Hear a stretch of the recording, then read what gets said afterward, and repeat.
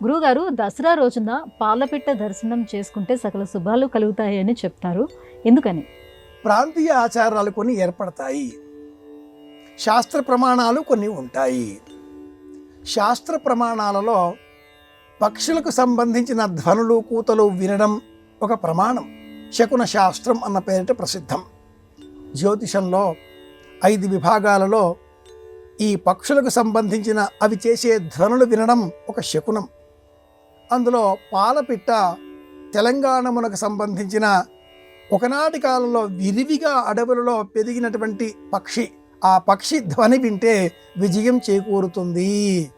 ఇది విశ్వాసం. ఇది శాస్త్ర సమ్మతమైన జ్యోతిష శాస్త్ర సంబంధితమైన విషయం. ఆ పాలపిట్ట కూత మనం వినాలి అంటే, ధ్వని మనం విని పరవశించాలి అంటే అడవులకు వెళ్ళాలి.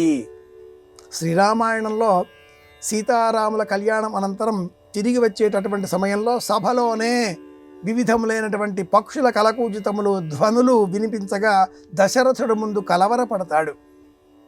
కొన్ని ధ్వనులు మనకు అపజయాన్ని సూచించేవి కాగా మరికొన్ని ధ్వనులు మంగళకరములుగా ఉన్నవి అంటూ వివేచన చేస్తారు. పాలపిట్ట తెలంగాణములో విజయానికి ప్రతీక, రాష్ట్ర పక్షి కూడా. అలాంటి ఆ పక్షి చేసేటటువంటి ధ్వని నాదం విన్నట్లయితే విజయం కలుగుతుంది. ఆ పక్షిని చూడాలి, అడవికి వెళ్ళాలి. నేటి కాలంలో మన తప్పిదాల కారణంగా అడవులు అంతర్ధానమవుతున్నాయి.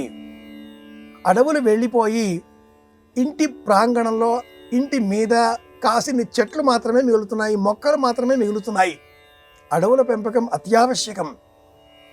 మనం అడవికి వెళ్ళి ఆ పక్షిని చూడాలి, కానీ మన అతి తెలివి కారణంగా మన వాకిలిలోనికే పాలపిట్ట వచ్చేస్తున్నది.